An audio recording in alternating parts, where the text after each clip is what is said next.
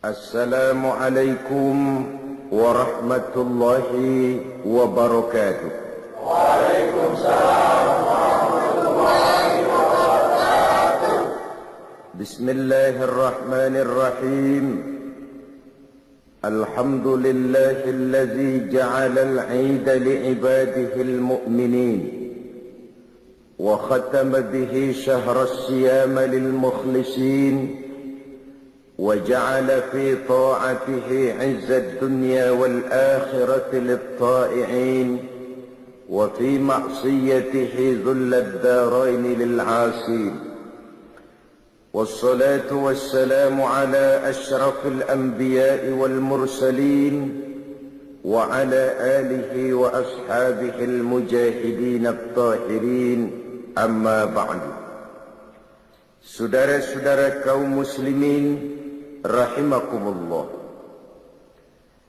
ketika matahari akhir Ramadan tenggelam di kaki langit sebelah barat dan malam 1 Syawal datang merayapi bumi, maka berubahlah segenap perasaan kita.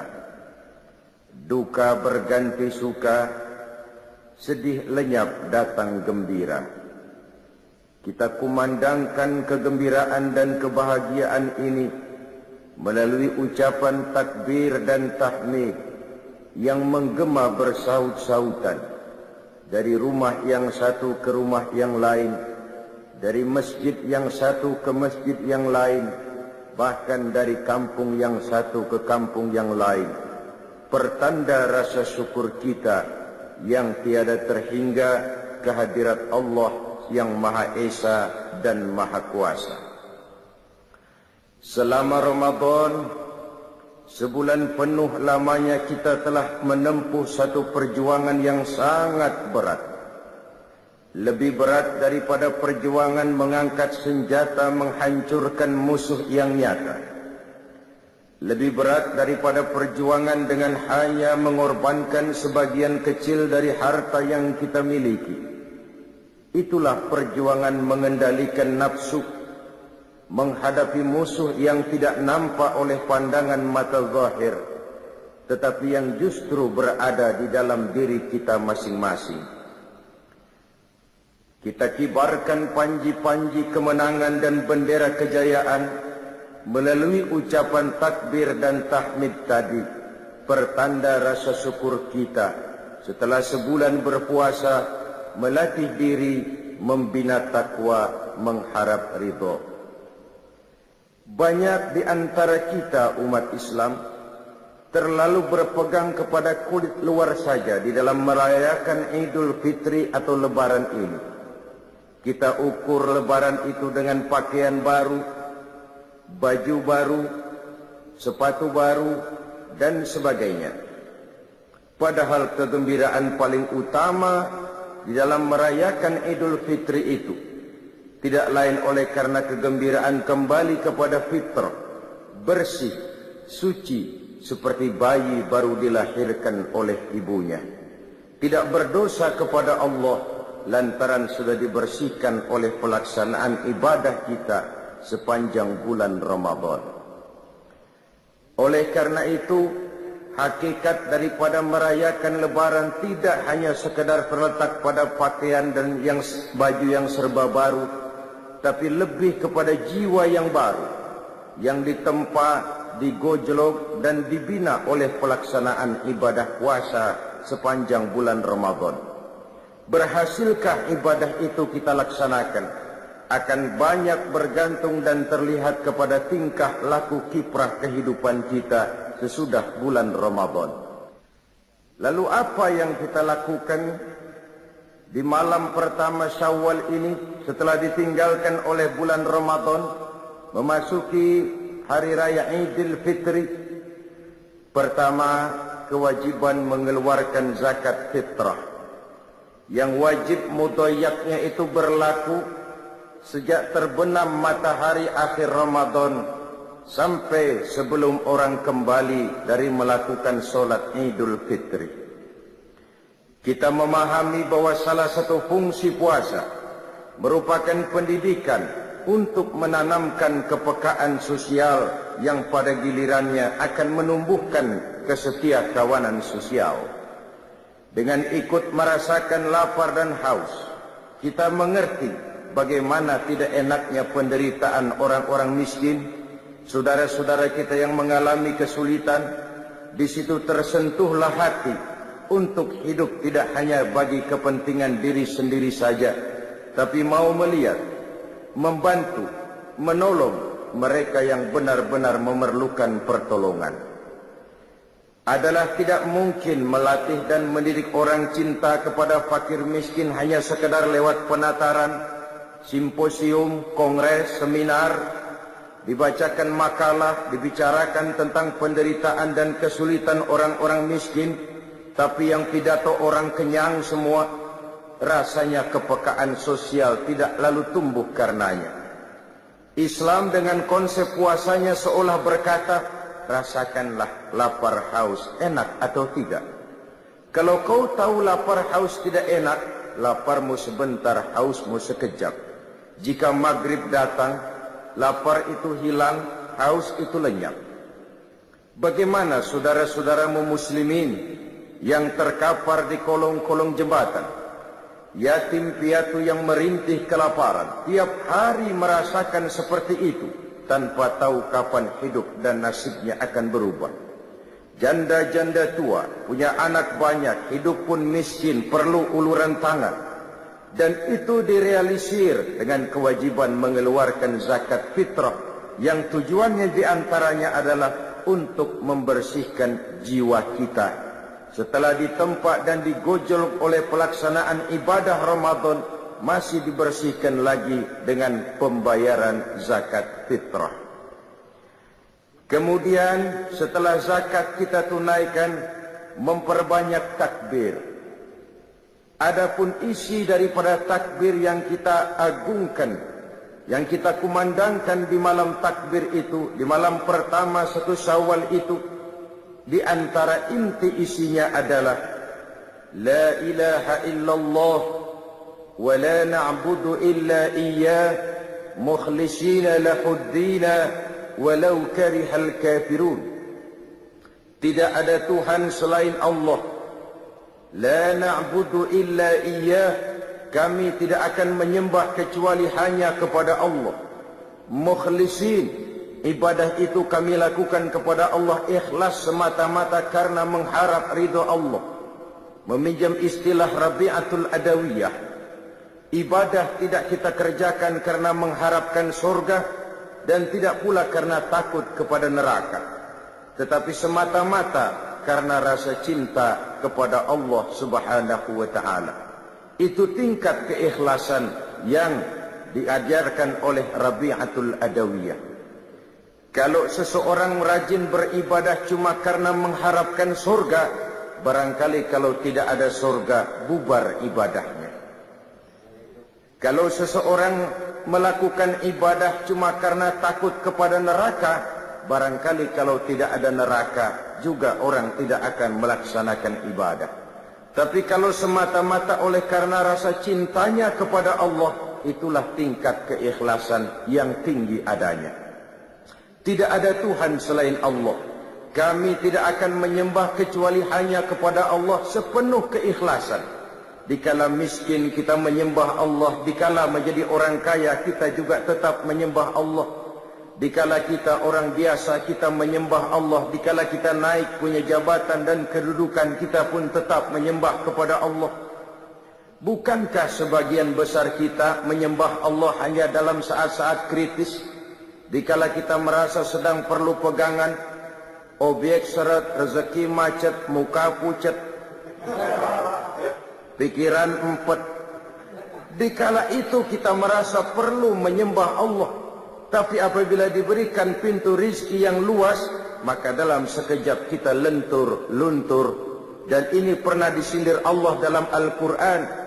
Wa iza massal insana ad-durru da'ana li janbihi aw qa'idan aw qa'ima walamma kashafna anhu durrahu marra ka'an lam yad'una ila durrin massah. apabila manusia ditimpa kesulitan, kata Allah, da'ana, mereka pun berdoa, memohon, meminta kepada kami. Doa itu mereka lakukan sambil duduk, berbaring, tidur, pendeknya dalam segala keadaan. Kalau datang kesulitan menimpa kita, seluruh posisi kita gunakan untuk membaca dan memanjatkan doa.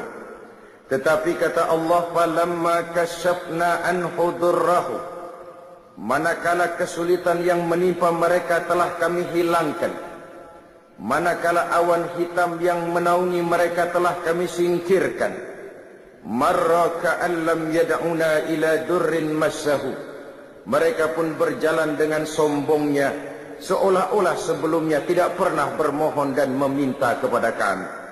Ini adalah watak umum dari manusia, hilang keikhlasannya, hanya memerlukan Allah dan agama pada saat-saat ia kepepet, menghadapi segala macam problema yang sulit terpecahkan, dan apabila ia berada dalam satu kondisi yang luas, lapang, segalanya menjadi miliknya, ia pun berjalan dengan sombongnya, seolah-olah sebelumnya tidak pernah bermohon kepada Allah. Maka takbir yang kita kumandangkan mendidik dan mengajarkan kita untuk menyembah Allah dengan ikhlas dalam segala keadaan. Walau karihal kafirun, walaupun orang-orang kafir tidak senang dengan hal semacam itu. Orang-orang kafir tidak akan berpangku tangan sampai kita bergeser tidak lagi menyembah Allah Subhanahu wa ta'ala, tetapi ikut menyembah Tuhan mereka, ikut ke dalam agama mereka. Dan itu kita ikrarkan, apapun yang akan terjadi, kami tetap berkeyakinan tidak ada Tuhan selain Allah. Kami tidak akan menyembah kecuali hanya kepada Allah. Kami tidak akan pernah peduli orang-orang kafir tidak senang dengan hal seperti itu. Sekali bertuhankan Allah, selamanya tetap bertuhankan Allah. Selamanya sekali menyembah kepada Allah, selamanya kita akan tetap menyembah Allah. Tidak akan bergeser menjadi penyembah harta, pangkat, jabatan, kedudukan dan lain sebagainya. Konsisten dan konsekuen. Lalu yang kedua dari isi kandungan takbir yang kita kumandangkan itu, la ilaha illallah wahdah, tidak ada Tuhan selain Allah, ia Maha Esa. Tidak beranak, tidak diperanakkan, tidak satupun yang bisa diserupakan dan diumpamakan dengan dia. Sadaqa wa'dah, Allah Maha membenarkan segala janjinya. Allah Maha benar dengan segala janjinya, bahwa orang-orang yang beriman dan beramal soleh akan mendapat kebahagiaan di dunia dan di akhirat, bahwa orang-orang yang ingkar dan pembangkang akan menikmati juga azab yang teramat pedih.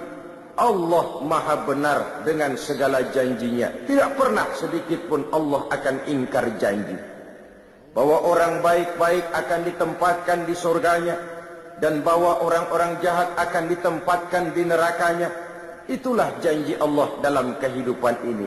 Sadaqa wa'dah, Maha benar Allah dengan segala janjinya. Wa nasara 'abdah, dan Allah menolong hamba-hambanya, orang-orang yang benar-benar menghamba kepada Allah, menyembah Allah dalam suka dan duka, dalam miskin dan kaya. Allah akan menolong orang-orang seperti itu. Dan apabila pertolongan Allah datang, maka tidak satu tenaga pun lagi yang akan sanggup membahayakan kita. Marilah kita lihat perjalanan hidup Rasulullah sallallahu alaihi wasallam. Saudara lihat ketika perjuangan dimulai pada periode Mekah, sebenarnya ya, kalau menurut perhitungan taktik dan strategi militer saja, mestinya ketika di Mekah itu Nabi Muhammad hancur sehancur-hancurnya. Coba lihat, kurang apa Quraisy ketika periode Mekah? Kekuasaan mutlak di tangan mereka.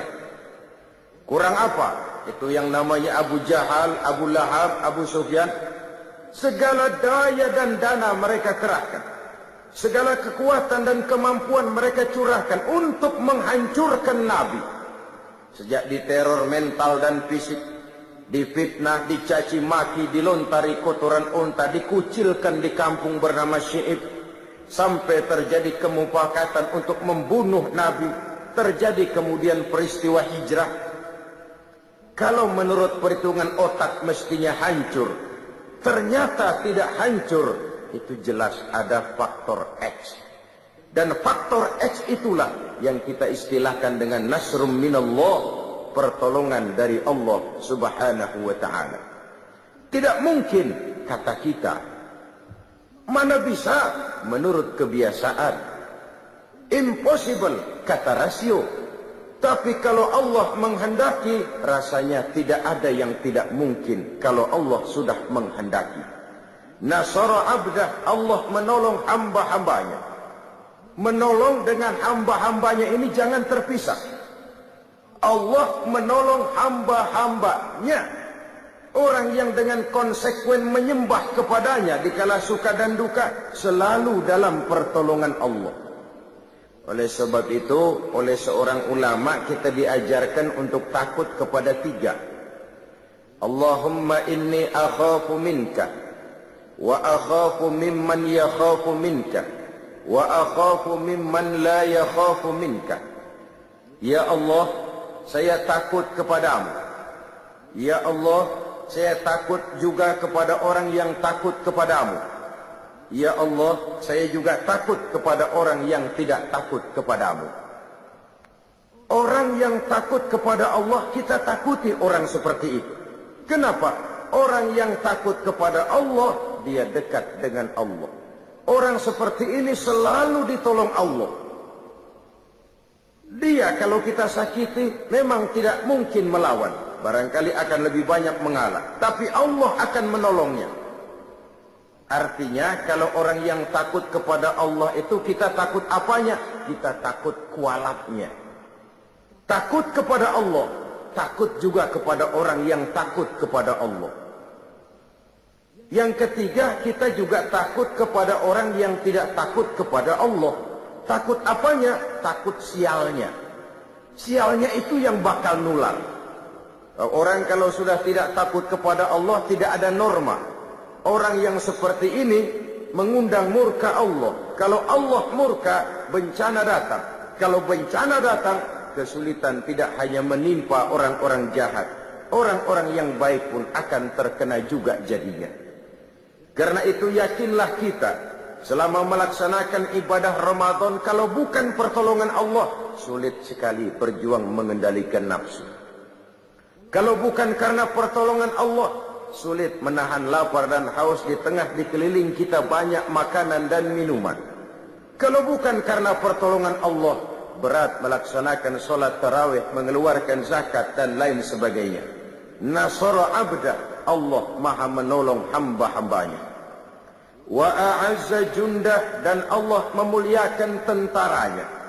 Siapa sih tentara Allah? Setiap orang yang berjuang dan membela agama Allah, itulah tentara Allah. Ikhlas karena Allah semata-mata. Saudara memakmurkan majelis taklim, ikhlas untuk izul Islam wal muslimin, saudara adalah tentara Allah. Saudara menyemarakkan syiar dakwah dan Islam, ikhlas karena Allah, saudara adalah tentara Allah. Saudara tersinggung apabila agama kita ini dihina orang, dicaci maki orang, diancam orang, saudara juga adalah tentara Allah. Kita memang di zaman sekarang tidak menghadapi perang Badar seperti halnya di zaman Rasul. Kita tidak menghadapi perang Uhud, Khandaq, Khaybar dan lain sebagainya. Kita tidak berhadapan dengan ujung tombak, ujung panah, ujung pedang. Tapi perang yang kita hadapi di zaman ayeuna, di zaman sekarang ini, tidak lebih ringan dari Badar di zaman sahabat, dari Uhud, dari Khaybar, dari Khandaq. Kita tidak menghadapi ujung padang, ujung tombak, ujung panah. Yang kita hadapi sekarang adalah perang ideologi, perang keyakinan, perang akidah, yang jikalau kita kalah, kita sekarang memang masih beriman. Kita sekarang memang masih muslim. Tapi anak-anak kita generasi-generasi yang akan datang, yang akan hidup 5, 10, 15, 30 tahun yang akan datang. Wallahu a'lam. Allah maha benar dengan segala janjinya. Allah pasti akan menolong tentaranya. Sejarah sudah membuktikan. Berulang kali terjadi pertempuran dalam sejarah perkembangan Islam. Dan jangan lupa, perang dalam Islam bukan untuk memaksakan dan mengembangkan agama. Islam tidak pernah dikembangkan dengan ujung pedang. Perang dalam Islam adalah perang untuk membela keyakinan dari cercaan, tekanan, dan hinaan pihak luar. Pada awal tahap pengembangan Islam, tidak hanya sekedar perang Uhud, hampir dalam setiap pertempuran, jumlah tentara Muslim selalu lebih kecil dari tentara-tentara kafir yang dihadapinya. Entah kemenangan bisa mereka raih, entah keberhasilan bisa mereka capai. Kenapa? Pada satu sisi, a'azza junda, Allah memuliakan tentaranya. Pada sisi lain, nilai keikhlasan mereka pada saat itu benar-benar izzul Islam wal muslimin, untuk kehormatan dan kejayaan Islam serta umatnya. Terlepas dari keinginan mencari nama harum, mengejar pangkat dan jabatan, apalagi mengejar-ngejar harta, dari keikhlasan inilah pertolongan itu datang. Dari keikhlasan inilah mereka mendapat kemenangan. Ma'asyiral muslimin rahimakumullah. Oleh karena itu, yakinlah kita, sekali kita mempersiapkan diri menjadi tentaranya Allah, Allah pasti akan memuliakan tentaranya. Dan tentara Allah itu tidak perlu pakai seragam resmi, tidak perlu bernaung di bawah bendera tertentu. Kita bisa pakai segala macam baju, kita bisa pakai segala warna bendera. Asal niat dan motivasi kita berjuang untuk kejayaan Islam dan muslimin, ikhlas karena Allah, kita adalah bala tentara Allah. Nahnu junudullah, kita adalah pasukan-pasukan dan tentara-tentara Allah. Allah muliakan tentaranya, Allah angkat derajat pasukannya. Wa hazamal ahzaba wahdah, dan Allah mengikat golongan-golongan, partai-partai, kelompok-kelompok menjadi satu. Kalau Allah menghendaki, mudah saja. Karena memang umat Islam ini adalah satu umat yang satu, yang sudah diikat dengan akidah. Bukan soal dari manapun orang datang, apapun warna kulitnya, bahasa apapun yang dipakainya. Saya adalah saudara, saudara adalah saya. Menghina saudara sama dengan menghina saya. Menyakiti saudara juga berarti adalah menyakiti saya. Kita adalah satu badan. Apabila yang satu sakit, yang lain akan ikut merasakan sakit. Sudah waktunya kita menggalang kebersamaan. Islam milik rame-rame. Harus kita jaga rame-rame, harus kita belain rame-rame. Muslim boleh dibungkus oleh baju tentara. Muslim boleh dibungkus oleh baju polisi. Muslim boleh dibungkus oleh baju pejabat, dokter, teknokrat, seniman, artis, pengusaha, konglomerat, and all profession. Silakan.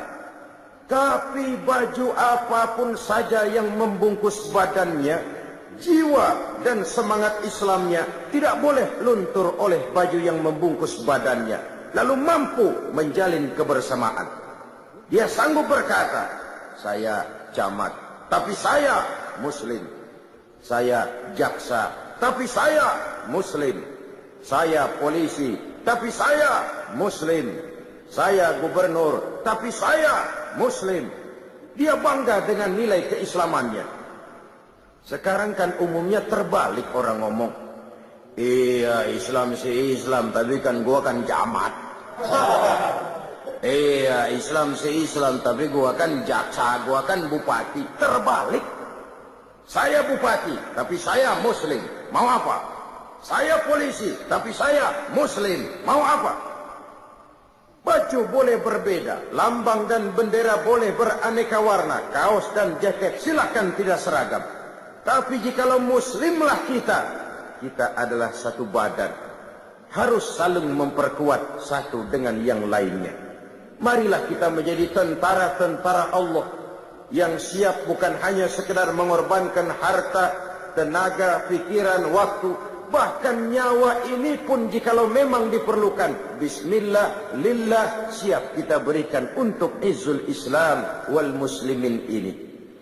Selama Ramadan kita juga sudah menjadi tentara-tentara Allah, berjuang mengendalikan nafsu, dan itu perjuangan yang lebih berat kata Nabi dari perang Badar. Seorang yang besar badannya, tinggi pangkat dan jabatannya, berenteng titelnya, bukan merupakan jaminan bahwa orang itu akan mampu mengendalikan hawa nafsunya. Makin tinggi kualitas iman, makin tinggi status sosial, akan semakin berat bisikan hawa nafsu. Kita rayakanlah kemenangan perjuangan mengendalikan dan melawan hawa nafsu ini melalui ucapan takbir dan tahmid yang menggema bersaut-sautan. Rasa syukur, memuji, rasa tafakkur kita kepada Allah Subhanahu wa ta'ala. Lalu di pagi hari 1 Syawal berangkat kita melaksanakan sholat Idul Fitri. Kalau sholat Idul Fitri rasanya tidak perlu digalakkan. Kenapa? Yang kagak sembahyang juga bakalan keluar tuh hari mah. Pokoknya biar subuh kagak, Idul Fitri mah kudu. Saudara hadirin yang saya hormati, baiklah, itu toh masih lebih baik daripada tidak sholat sama sekali. Itu masih lebih baik. Sama saja ada orang berkata, Pak, bagaimana seseorang puasa tapi tidak mengerjakan sholat? Saya katakan, puasa tapi tidak sholat masih lebih baik daripada tidak sholat juga tidak puasa. Itulah kalau kita melihat dengan kacamata putih bahwa seseorang menjadi baik itu lewat proses.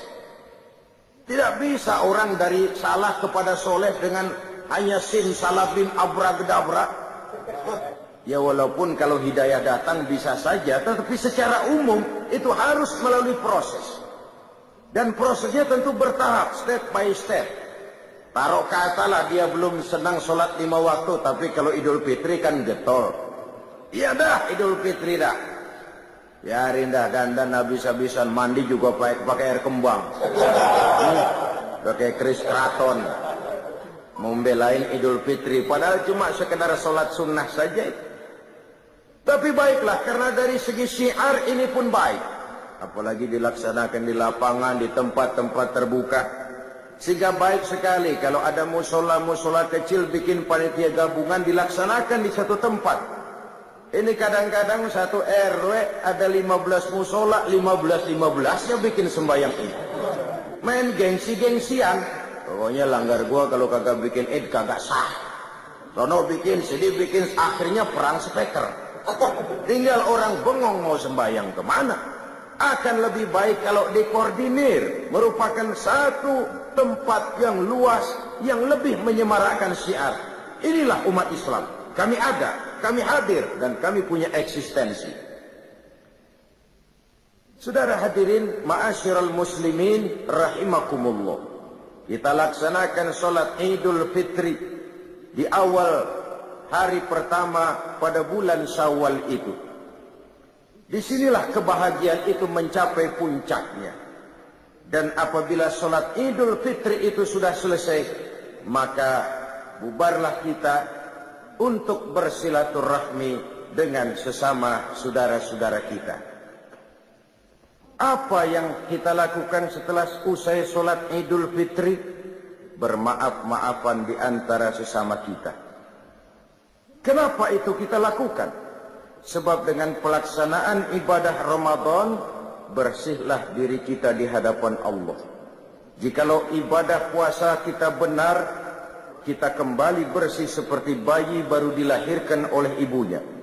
Tidak punya dosa kepada Allah lantaran sudah dilebur oleh ibadah Ramadan. Saudara-saudara kaum muslimin rahimakumullah. Tinggal lagi dosa dan kesalahan kita di antara sesama manusia yang Allah belum akan memberikan maaf jikalau kita belum meminta maaf kepada yang bersangkutan. Dan yang lebih utama untuk dimintakan maaf dan ridhonya tidak lain adalah orang-orang tua kita, kaum kerabat, keluarga, sanak famili, teman, andai tolan, dan seterusnya. Dengan harapan, baiklah hubungan kita kepada Allah dan baik juga hubungan kita kepada sesama manusia. Kita adalah zon politik, makhluk sosial yang hidup bermasyarakat. Dalam pergaulan sehari-hari, entah kecil, entah besar, entah sengaja, entah tidak, tentu kita pernah tersilap berbuat salah. Pada kesempatan itulah kita meminta saling memberi maaf. Disinilah hakikatnya kebahagiaan Idul Fitri. Pada kemenangan mengendalikan nafsu setelah berpuasa. Pada sikap saling maaf memaafkan. Kalau hanya sekedar pakaian baru, baju baru, makanan baru, sendal baru, mobil baru, istri baru, saya kira itu satu kebahagiaan semu. Saya tidak bisa mengerti bagaimana orang merayakan Lebaran begitu gembira dengan baju baru, sepatu baru, makanan serba ada, tapi puasanya amburadul, tarawihnya tidak pernah. Kebahagiaan apa yang dirayakan dalam kondisi seperti itu? Kebahagiaan semu. Tidak lebih daripada kebahagiaan lipstik yang cuma sekadar kulit luarnya saja. Maka isi daripada berlebaran adalah berhalal bihalal, bersilaturahmi. Sebab itulah tradisi orang-orang tua kita baik sekali. Kalau hari raya itu anaknya dibawa semua berkunjung, diperkenalkan, inilah pamanmu, inilah keponakanmu, inilah saudaramu, ini yang encing, sebelah sono encang, sebelah sini encung, engkong, engkang, engkeng. Sehingga apa yang dikenalkan pada saat kecil akan terus teringat setelah anak menjadi besar. Oh, ini paman saya, oh itu ibu saya. Dinyalakan obor kekeluargaan sehingga jaring-jaring kekeluargaan tetap ingat dengan lekat dalam hatinya. Pan kalau anak-anak kita mau sekarang mendingan diajak ke kebun binatang daripada lebaran ke rumah keluarganya. Apa enak bisa ngeliatin uak. Saudara hadirin yang saya hormati, tentu dari segalanya kita menuntut nilai plus, nilai lebih dari sebuah silaturahmi.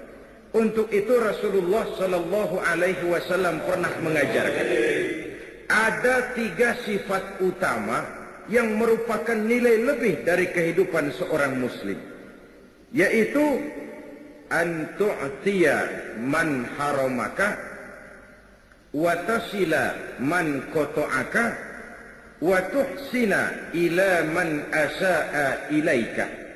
Ini 3 nilai utama yang mencerminkan kelebihan jiwa seorang muslim daripada lainnya. Pertama, an tu'tiya man haramaka, memberikan sesuatu kepada orang yang pelit kepadamu.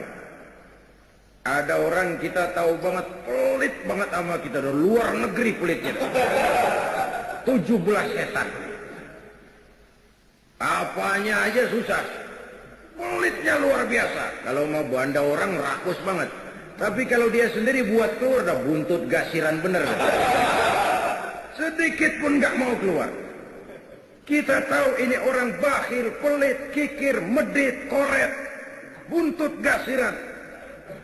Tapi kepada orang seperti itu kita bisa berbuat baik. Dalam takbiran bawain ketupat, kan dia bingung. Ini orang gue pelit banget, gue dibawain ketupat. Dia bingung, salah tingkah. Tapi di situ nilai plus. Kalau kita sedekah kepada orang yang memang juga suka memberi kepada kita, itu wajar, itu harusnya, itu idealnya. Tapi bisa bermurah tangan kepada orang yang nyata-nyata pelit. Nah itu yang nilai plus, itu yang luar biasa. Kalau kita kan yang enak seri.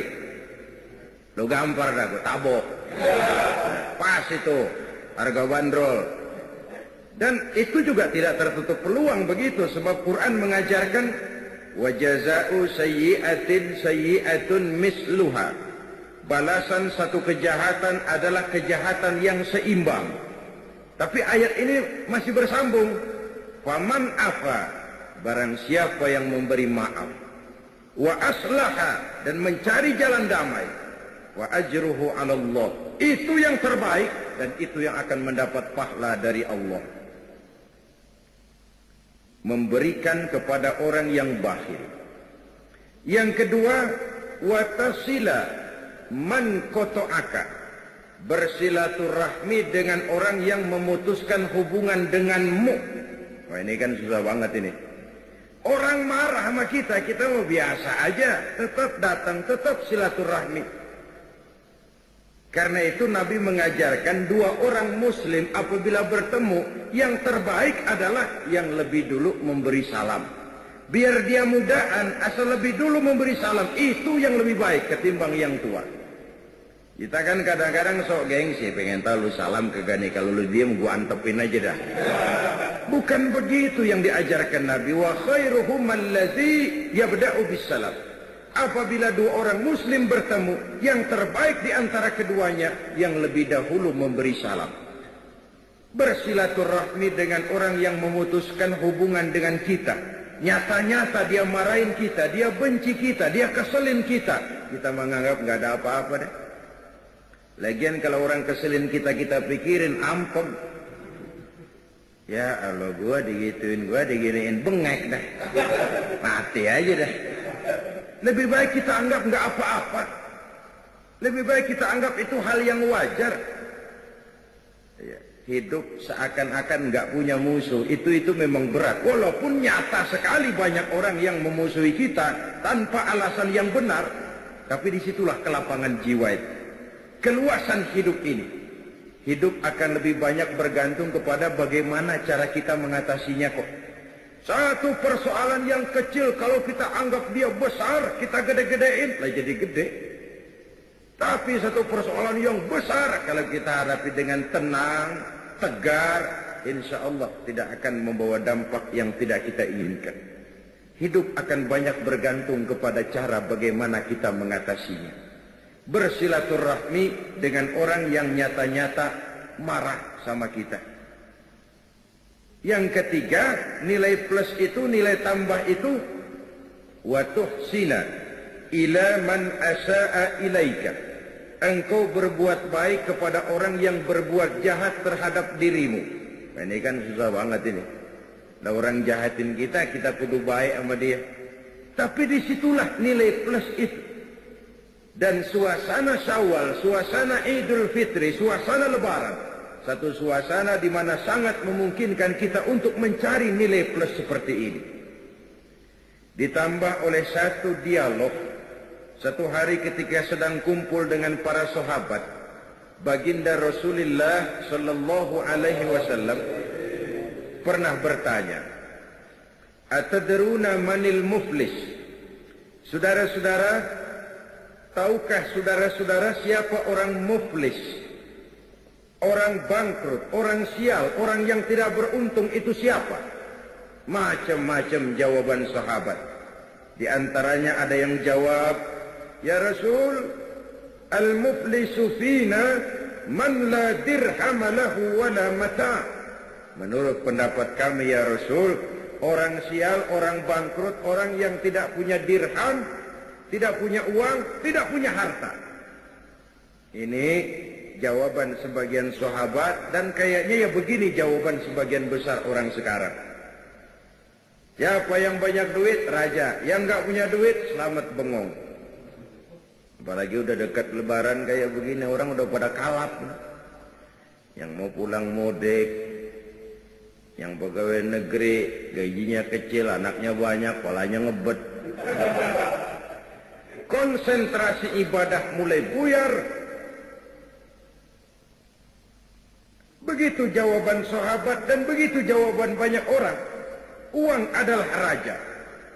Orang yang banyak duit sama yang kagak punya duit, jangan gaya hidupnya, jalannya aja lain. Baru jalannya udah lain. Ya sama juga orang kalau kerja di bangunan, lihatin dah. Hari Rebo sama hari Sabtu jalannya lain. Hari Sabtu mau gagah uang ada nyingsot lagi. Kenapa? Ada yang dikantongin. Ini sugesti. Sampai seorang penyair Arab pernah bilang, uang itu di mana-mana, taksur rijala mahabatan wa jalala, bikin gagah orang yang memilikinya. Dia adalah lidah yang paling ampuh bagi orang yang mau bicara. Dia adalah senjata yang paling tangguh bagi orang yang mau maju ke medan perang. Tapi apakah itu yang dimaksud Rasul? Beliau menjawab, bukan itu. Orang yang sial bukan orang yang enggak punya duit. Orang yang bangkrut bukan orang yang enggak punya harta. Lalu siapa ya Rasul? Innal muflisa min ummati, orang-orang yang sial yang bangkrut dari golongan umatku. Rasul tidak bicara Yahudi, Nasrani, Majusi, umatku. Kita ini. Siapa mereka? Kata Rasul, mayyati yaumal qiyamah bisolatin wa siyamin wa zakatin. Orang yang di hari kiamat nanti datang menghadap Allah dengan membawa pahala puasa, pahala zakat, pahala solat, semua dia bawa. Dia setorkan kepada Allah. Tuhan, ini pahala sembahyang saya. Nih puasa yang sembahyang wajib, nih yang sunnah. Belah mari rawatib, belah sini nawafil, laporan, selesai. Tuhan, ini pahala zakat saya. Tuhan, ini pahala puasa saya. Ini yang puasa Ramadan, ini yang puasa sunnah 6 hari bulan Syawal, ini yang puasa Senin Kemis, ini yang puasa Nazar. Di satu pihak dia datang menyetorkan amal kebajikan. Tapi di lain pihak kata Nabi, wa ya'ti qad syatama haza. Dia juga datang bawa dosa karena pernah mencaci maki orang lain. Wa qazafa haza, pernah memfitnah orang lain. Wa akala mala haza, pernah memakan harta orang dengan cara yang zalim. Wa syafaka dama haza, pernah mengalirkan darah orang lain tanpa alasan yang benar.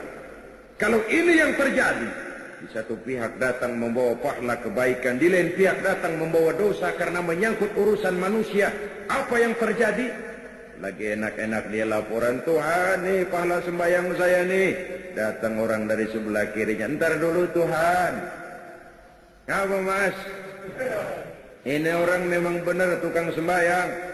Cuma waktu di dunia saya pernah dicaci maki tanpa salah. Di depan umum habis dibikin malu saya, diperong muka saya. Hancur hati saya. Karena kelemahan saya tidak sanggup menuntutnya di dunia. Sekarang saya menuntut keadilan. Benar. Ini orang pernah kamu caci maki. Benar Tuhan. Kamu belum sempat minta maaf sama dia. Benar Tuhan. Jiniin pahala sembahyang lo tuh. Kasihin tuh orang yang kamu caci maki. Habis orang yang mencaci maki, datang lagi yang lapor. Tuhan, ini orang memang tukang puasa. Tapi ketika di dunia saya pernah difitnah. Hancur nama baik saya karena fitnahnya. Di dunia saya tidak bisa menuntut. Sekarang saya menuntut keadilan. Benar Tuhan. Kamu belum minta maaf sama yang bersangkutan. Belum Tuhan. Jiniin pahala puasamu, kasih orang yang kamu fitnah. Datang lagi Tuhan, dia memang tukang bayar zakat, sedekah rajin, tapi nyolongnya lebih gede dari sedekahnya. Harta saya dimakan dengan cara yang zalim, saya menuntut keadilan. Betul. Ayo pahala zakatmu kasih orang yang kau makan hartanya dengan cara yang zalim. Fa in faniyat hasanatuhu qabla an yuqda ma alaihi. Jikalau kebaikannya sudah habis dituntut, sedangkan dosa belum tertutup, tagihan datang terus. Ibarat orang dagang, modal bures, tagihan utang bejibun. Kan ngebet pala. Bangkrut. Apa yang terjadi? Dosa orang yang kita fitnah, kita caci maki, kita makan hartanya dengan zalim, diambil, diberikan kepada kita. Apa enggak bangkrut? Sudah pahala dipretelin, dosa dibagiin. Kenapa bisa terjadi begini? Orang ini cuma baik hubungannya kepada Allah, tapi tidak baik hubungannya kepada sesama manusia. Hablum minallahnya hebat, tapi hablum minan nasnya acak-acakan. Akhirnya dia jadi bangkrut di padang mahsyar dan di akhirat nanti. Oleh karena itu agama mengajarkan dan menuntut keseimbangan. Baik hubungan kita kepada Allah dan baik juga hubungan kita kepada sesama manusia. Momentum di bulan Syawal merayakan Idul Fitri isinya adalah silaturahmi. Silaturahmi adalah media untuk memudahkan komunikasi. Dengan terwujudnya komunikasi, maka banyak hal yang bisa kita lakukan. Itulah sebabnya Rasulullah sallallahu alaihi wasallam memberikan peringatan keras kepada umatnya. Beliau bersabda, "Isnani la yanzurullahu ilaihima yaumal qiyamah." Ada dua golongan manusia yang di hari kiamat nanti tidak akan dipandang oleh Allah, tidak akan diopeni oleh Allah, alias didiemin, diantepin, dilihatin aja. Orang pada diopenin, dia enggak. Subhanallah. Saudara-saudara, di dunia ini kita didiemin aja mau mertua udah bingung. Ini mertua gua kenapa nih kalau salah ngomong nih mah diem aja. Bingung kita. Di padang mahsyar didiemin oleh Allah dua golongan manusia. Siapa mereka? Pertama, qati'ur rahim, orang yang suka memutuskan silaturahmi, orang yang demen banget sama marahan. Ada aja nyari-nyari gara-gara. Kalau setengah hari kagak marah, ngebet palanya. Orang kayak begini di akhirat nanti tidak akan diopeni oleh Allah. Yang kedua, wajarus su'i, tetangga yang jahat dengan tetangganya. Tidak pernah aman tetangga sebelahnya, baik dari gangguan tangan, lidah, ataupun anggota badannya yang lain. Kunjung mengunjungi dari rumah satu ke rumah yang lain, dari keluarga yang satu ke keluarga yang lain, menandakan kegiatan di hari raya Idul Fitri itu. Selebihnya adalah menjaga semangat Ramadan. Ini yang terpenting. Kalau pelaksanaan ibadah puasa kita berhasil, maka itu akan membentuk jiwa, semangat, dan gaya hidup sesudah Ramadan. 1 bulan mewarnai 11 bulan. Kan begitu. Kita sering terjebak kepada rutinitas ritual. Solat kita tidak mewarnai gerak hidup kita antara solat ke solat. Apa yang kita kerjakan antara subuh dengan zuhur tidak diwarnai oleh subuh kita. Haji tidak menyebabkan wawasan kita makin bertambah. 4-5 kali mondar-mandir Jakarta Mekah pergi haji, tapi piciknya tetap macam katak di bawah tempurung. Wawasannya tidak lalu terbuka walaupun dia sudah melihat Islam dalam skala yang makro. Ketekunan puasanya tidak menyebabkan kesetiakawanan sosialnya lalu tumbuh. Zakat yang dia keluarkan bahkan merasa bahwa dia lebih hebat dari orang yang menerima. Padahal belum tentu. Kita mengeluarkan zakat, hakikatnya hanya melaksanakan satu ibadah. Tidak berarti bahwa yang mengeluarkan zakat merasa diri lebih hebat dari yang menerima. Tidak berarti begitu. Oleh karenanya, bagaimana kita menjaga dan memelihara semangat Ramadan di luar Ramadan. Jangan selesai Ramadan malah merdeka. Ramadan rajin ke masjid, selesai Ramadan bubar ke masjid. Tinggal masjid sepi, apalagi subuh, imam doang berdua tikar. Ramadan kita rajin membaca Al-Quran, selesai Ramadan, selesai baca Qurannya. Menjaga dan memelihara semangat yang telah ditempa dan digojolok oleh pelaksanaan ibadah Ramadan. Apa di antaranya? Kemampuan mengendalikan diri. Jangan lupa unsur pengendalian diri pada saat Ramadan bukan hanya pada waktu siang ketika berpuasa, tapi justru pada waktu malam. Kenapa? Malam setelah maghrib datang kondisi sudah serba memungkinkan. Kalau siang mah memang jelas makan nggak boleh, minum nggak boleh. Wajar kalau di situ kita bisa mengendalikan diri. Tapi jika maghrib datang, makan udah boleh, minum udah boleh, ngerokok udah boleh. Disitulah unsur pengendalian diri pada saat kondisi yang memungkinkan. Realita kehidupannya kita lihat.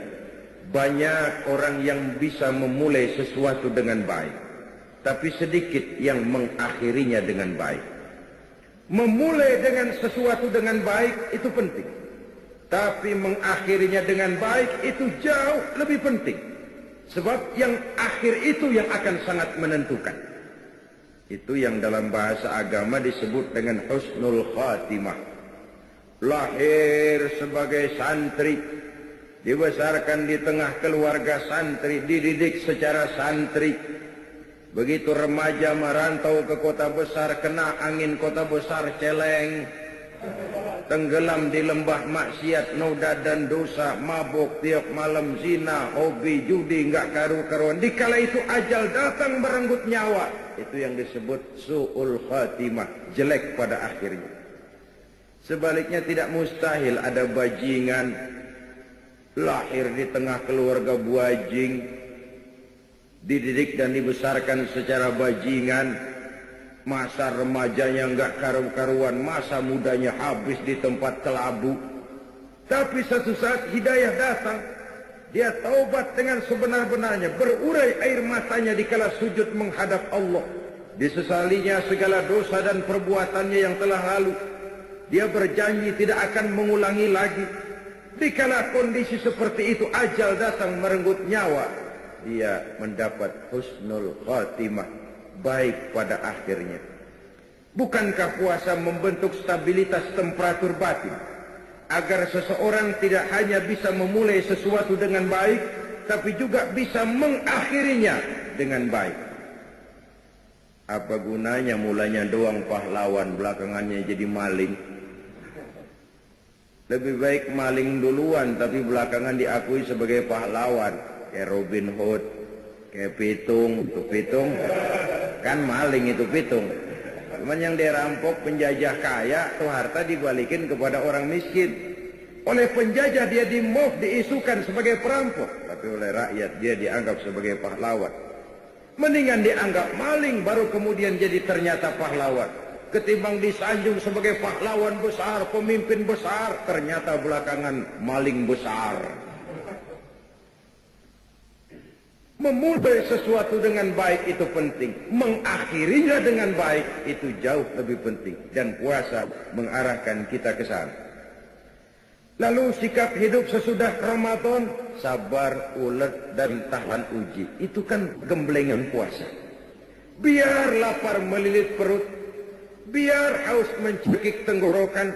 Kalau maghrib belum datang, jangan sentuh itu makanan, jangan ambil itu minuman. Tunggu sampai timingnya tepat. Ini kan pendidikan juga. Zaman sekarang ini banyak orang pengen cepat kaya, tapi tidak sabar.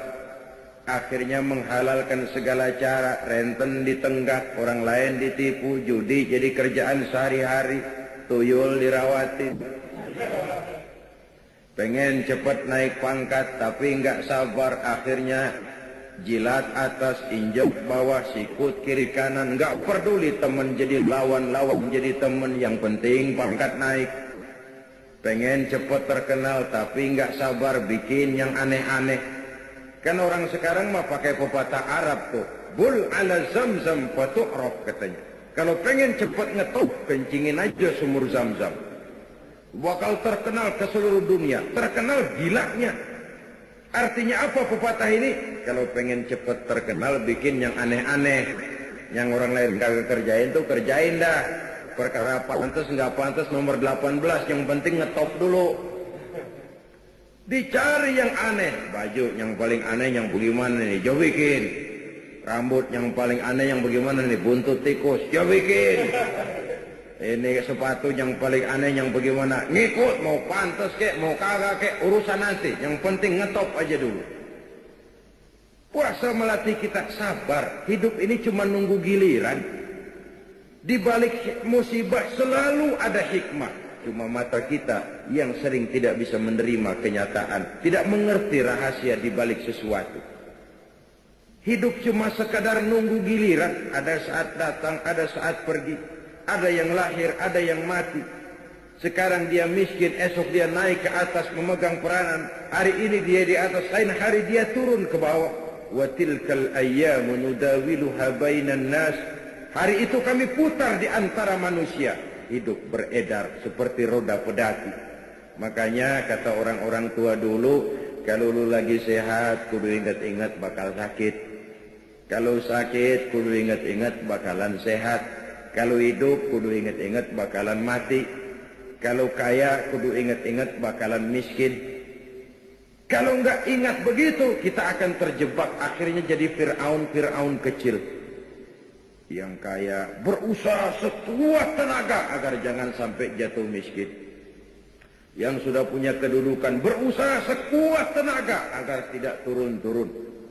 Maka bergantungnya kepada manusia makin kuat. Padahal makin kita gantungkan hidup kepada manusia, semakin harus bersiap kita untuk kecewa. Kan begitu katanya rezeki, ya rezeki itu kan pangkat, harta, jodoh. Itu kayak bayangan. Kita diam, dia diam, kita lari kencengan dia.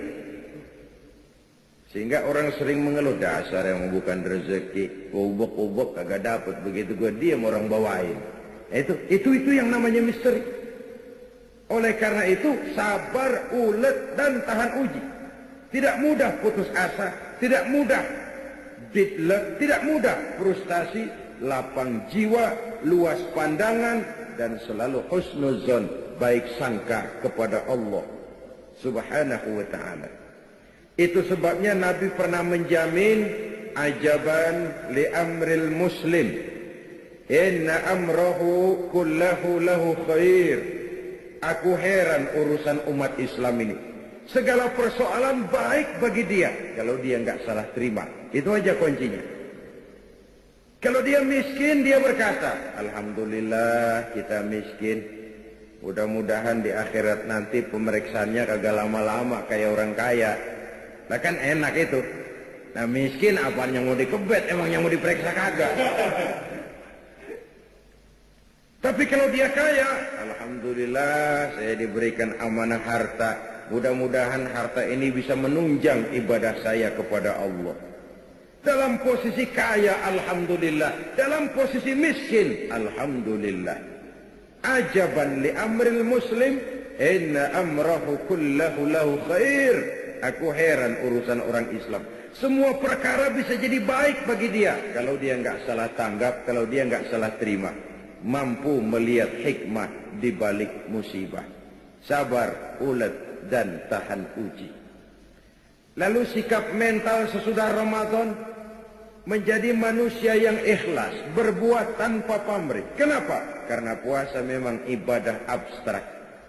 Kita tidak dapat sugesti kalau kita puasa. Kalau sholat kelihatan orang rada semangetan emang. Bayar zakat, nyantunin yatim, apalagi pakai panggil wartawan di shot dengan televisi, kelihatan kita pemurah ngasih orang. Wah, unsur sugestinya besar. Haji, apalagi haji, sekampung orang nganterin, udah kayak jenderal gitu. Orang haji itu kan perginya pulangnya raja. Unsur sugestinya besar. Tapi puasa, siapa yang mau nyemangetin puasa? Oh, puasanya hebat, puasanya hebat. Apa yang hebat orang nggak kelihatan. Unsur sugestinya kurang. Kalau toh kita laksanakan, itu tidak lain karena panggilan iman semata-mata. Maka puasa ini sulit terserang penyakit riya. Ibadah-ibadah yang lain oleh karena kelihatan orang, dia mudah terserang oleh penyakit riya. Karena itulah seharusnya jiwa yang digojlok, dibina dan ditempa oleh pelaksanaan ibadah Ramadan semakin membuat manusia mampu untuk berbuat tanpa pamrih. Ikhlas karena Allah lebih mengutamakan kepentingan orang banyak daripada kepentingan pribadi, keluarga, dan golongan. Kalau tidak, kita akan terserang penyakit tamak bin rakus alias serakah. Ini juga sudah digambarkan oleh perjalanan puasa. Coba aja kalau lagi mau menggerib bulan puasa, kira-kira jam 4, jam 5. Rasanya apaan aja mau kita minum, apaan aja mau kita makan, minuman udah berjejer kayak orang antri. Makanan segala macam makanan ada di atas meja. Rasanya kalau boleh orang lain jangan kebagian. Kalau bisa semuanya saja buat saya, orang lain nggak usah. Begitu menggebu. Padahal jika maghrib datang, tetak seteguk air, sepotong roti, 2-3 butir korma, kenyang itu datang. Kemana keinginan yang tadi begitu menggebu? Itu nafsu namanya. Dan mental seperti inilah yang sangat menghambat bagi terwujudnya usaha pemerataan pembangunan di Republik Indonesia ini.